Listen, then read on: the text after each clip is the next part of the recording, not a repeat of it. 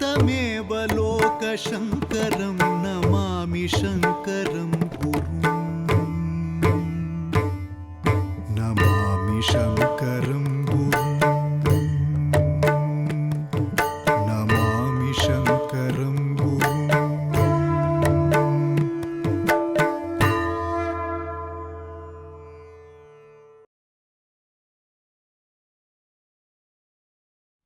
शृङ्गाद्रिवासाय विधिप्रियाय कारुण्यवाराम्बुधये नताय विज्ञानदायाखिलभाग्यदाय श्री शारदाख्याय नमो महिम्ने. सदाशिवसमारम्भां शङ्कराचार्यमध्यमाम् अस्मदाचार्यपर्यन्तां वन्दे गुरुपरम्पराम्. With namaskaras to the Padapadmas of the Ubhay Jagadgurus. In the last session, we had started discussing the stotra Kamalajadayitashtaka of the 33rd Jagadguru, Jagadguru Shri Sacchidananda Shivabhinava Narasimhabharati Mahaswami. So, correspondingly, in the second shloka, the Acharya is discussing the manner in which Devi ended up in Sringeri. So, how did Sharada Parameshwari come to be in Sringeri? That story is being detailed very nicely and very succinctly in the second shloka. कल्यादौ पार्वतीशः प्रवरसुरगणप्रार्थितः श्रौतवर्त्मप्राबल्यं नेतुकामः यतिवरवपुषागत्य यां शृङ्गशैले संस्थाप्य अर्चां प्रचक्रे बहुविधनुतिभिः सा त्वमिन्द्वर्धचूडा विद्यां शुद्धाञ्च बुद्धिं कमलजदयिते सत्वरं देहि मह्यम्. This is the second shloka. So as we said earlier, Acharya is asking that vidyam shuddhancha buddhim, that he quickly receive Shuddha Vidya and Shuddha Buddhi, Atma Jnana and a pure mind from Devi. That is the prarthana. So here Acharya says, Satvam, such a Devata, may you grant me all of this. So what is the nature of that Devata? That is being talked about in the first few padas. Kalyado, so after Dwapara had ceased, the Dwapara Yuga had ceased and Kali had started. Parvatishaha, Parameshwara, Paramashiva, Pravarasuragana Prarthitaha, having been beseeched by the Devaganas, Shrautavartma Prabalyam Netukamaha, in order that he may reinforce the Vedic Dharma, in order that he may bring back the Vedic Dharma back into its full strength, in order that he may nurse the Vedika Dharma back to its full strength. Yativara Pusha Agatya, he incarnated in the form of a Paramahamsa, in the form of a great Sanyasi, and Shringashaile Yam Samsthapya, and that Devata whom having taken in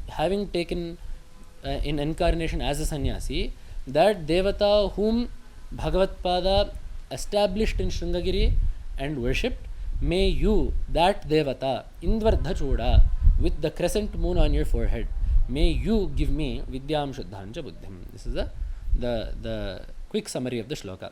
So here we see that Kalyado, in the beginning of Kali, Parvatishaha, Parameshwara, Pravarasuragana Prarthitaha, he was beseeched by the Devaganas to take avatara and to protect Sanatana Dharma. Why do the Devatas care about Sanatana Dharma? Whether there are astikas on this earth or not, whether there is someone doing a yaga or not, whether there is someone doing a puja or not, what does the Devata have to benefit from that? So why do the Devaganas care?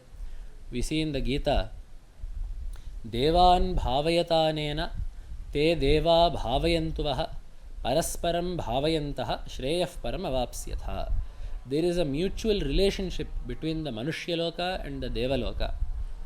When Manavas follow Dharma, when Manushyas follow Dharma, and when Manushyas do Yajnas properly, when Manushyas do Satkarma, and when Manushyas fulfill their duty, the Devaloka attains Samriddhi. The Devaloka is preserved. Then the Devaloka will do their part, raining, giving bountiful crops, the sun not being too hot, winters not being too cold, Prakriti functioning in a pleasant manner, in a manner that is conducive to the flourishing of human life. That is what the Devaloka gives back to us. So this is a Paraspara Sambandha. There is a relationship that goes, this is a relationship that goes both ways here. So once the situation of India then was, Nastika Matas had increased. Astika matas had decreased. Veda Shraddha was running very low. So there was no Dharma Shraddha. No Veda means no Dharma. No Dharma means no Satkarma. No Satkarma means the ahutis and the sustenance that the Devatas received was running very low. So it is also imperative to the Devatas that Dharma be followed in Bhuloka. So when the Devatas saw this situation, they say in Shankaradikvijaya also, Katham yajñāf pravarteran shrute pidhati shrotre kraturityaksharadvaye Katham yajñāf pravarteran katham kratabhujo vayam. So the situation then was, there was so much Veda dvesha, so much hatred towards Veda that if anyone even heard the word yajna, they would close their 2 ears like this. So there was so much dvesha towards the Vaidika Marga then, that such hatred was there towards Vedic practices. So the Devatas were telling Parameshwara, if this is the situation in Bhuloka, how will yajnas take place? If yajnas do not take place, how will we partake of the ahutis of the yajnas and receive sustenance? So this is one thing. The second part is that even amongst the remaining Vaidikas, the Antahkalaha, internal conflict was rampant. Shaivas, Shaktas, Vaishnavas, Sauras, in the meantime Ganapatas, Kapalikas, Bhairavas, these people are all fighting amongst each other. So this is one problem that was there. One more problem that was there was that many tamasic practices had crept into the daily practices of people.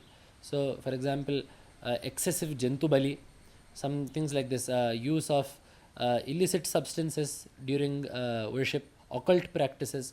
So all of this had found its way and mixed into sattvic practices.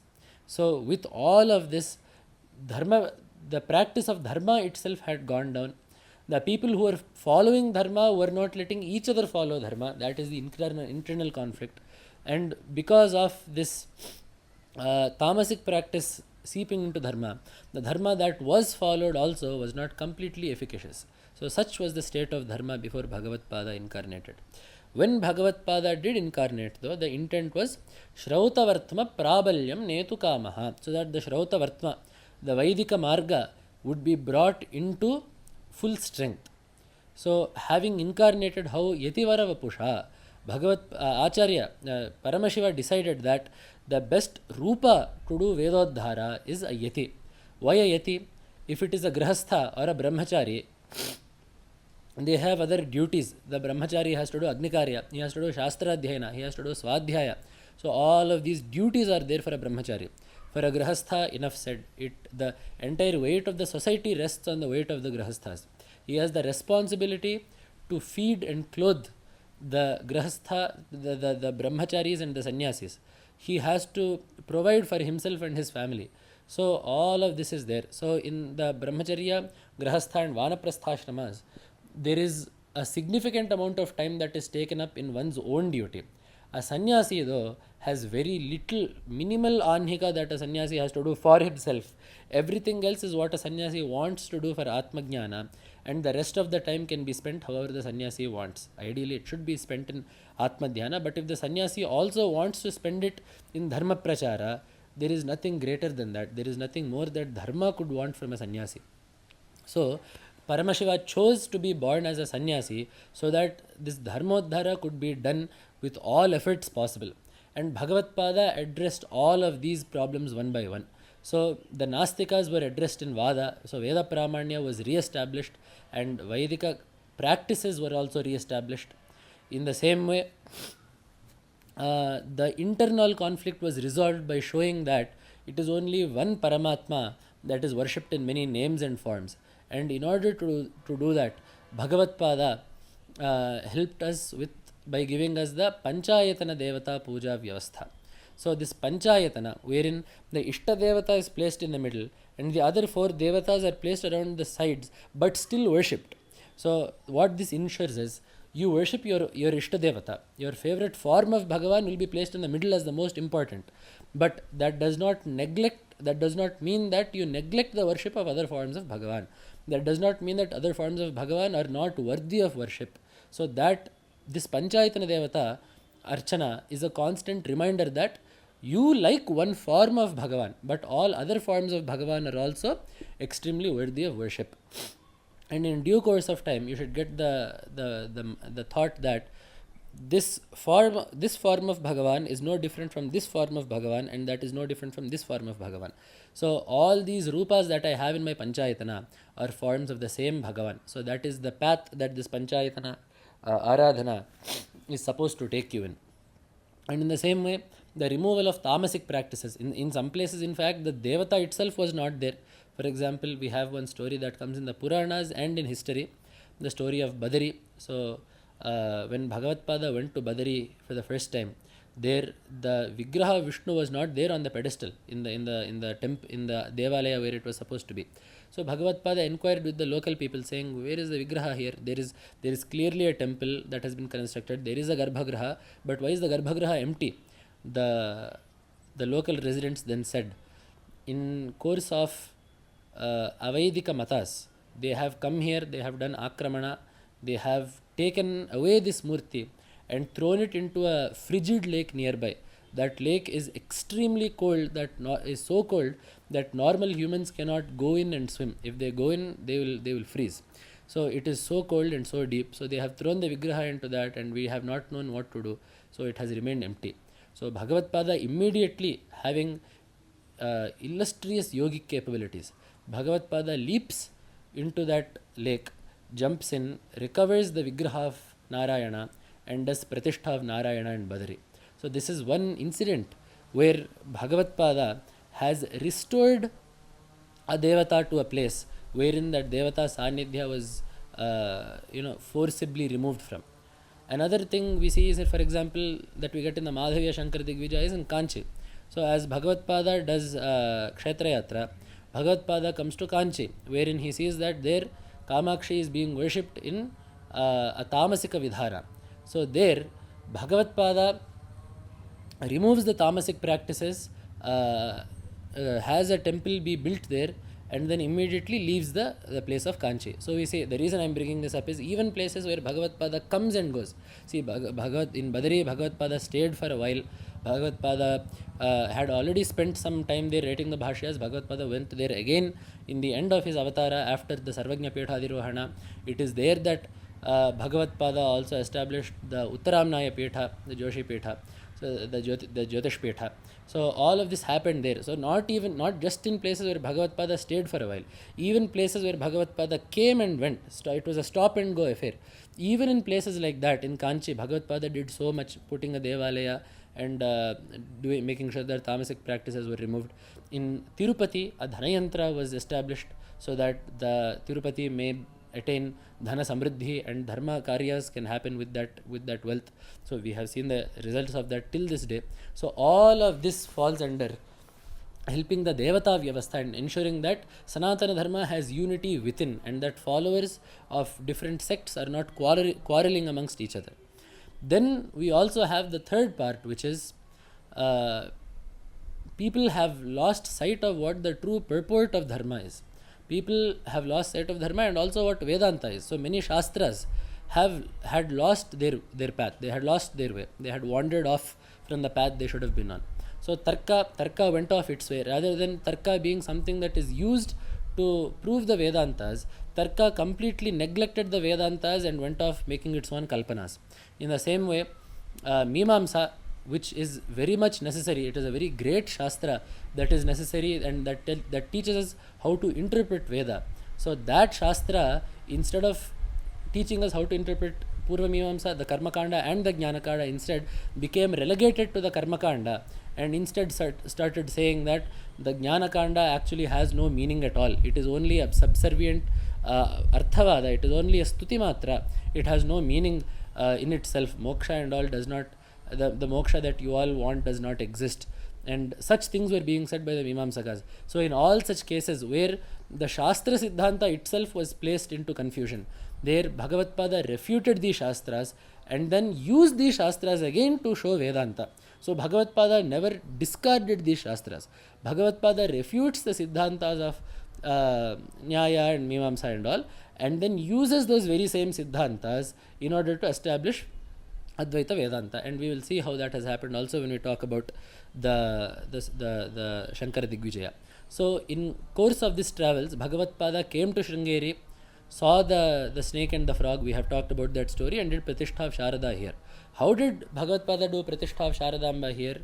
Once I had asked Acharya, because I was writing something, I was writing some kavya in which we had to describe the Pratishtha of Sharada Amba here in Sringeri, and I asked Acharya. So usually in the loka we see that many things are done. First the vigraha is sculpted, then some dhanyadhivasa, jaladhivasas all are done, then some japas are done elsewhere, then abhishekas are done to the vigraha with that mantrita jala, then some nikshepas are put, the navaratnas, navadhanyas, some suvarna, all of those are put as nikshepas. On top of that a yantra is put, on top of that some oshadhi is put, and the devata is joined to the yantra, to the Peetha and all of that. So all of this happens, and then in the end Netronvilana happens. Should I write all of this when I write about Bhagavad Pada's Pratishtha? And there Sannidhanam Varu told me that this is the way that we do it in the loka, because we don't want to allow any room for error.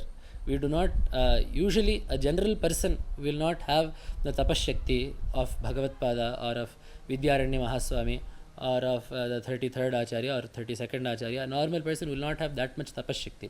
So for him to be able to properly invoke the Devatas' presence in that vigraha, all of this has to be done. But Bhagavad Pada is a mantra siddha. Bhagavad Pada has attained fruition in every single mantra. And Bhagavad Pada is a great Anushtata and a great Upasaka. If Bhagavad Pada calls, the Devata will come running.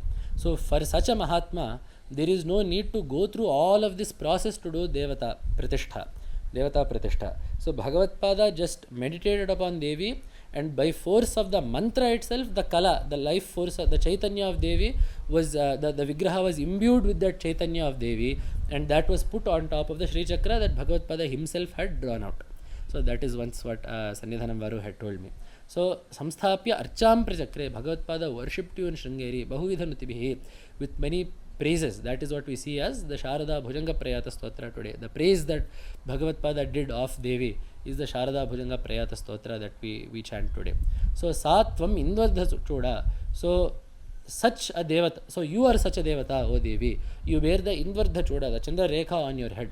The Chandra Rekha, Chandra is a sign of time, because it is with Chandra that we count the Pakshas, the Tithis, the Masas. 2 Pakshas make a Masa, 2 Masas make a Rutu. In this way, all of our counts of time are based off of the moon.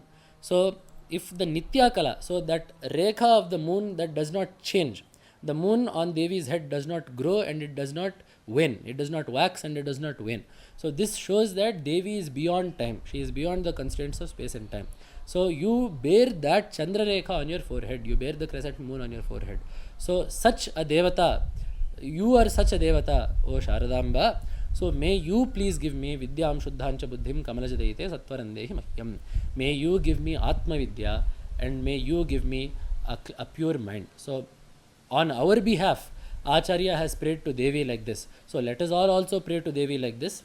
And in the next shloka, Acharya will show us what it is that we should ask from Devi. We will see that in the next episode. Namah Shankaraya. Namami Shankaram Guru.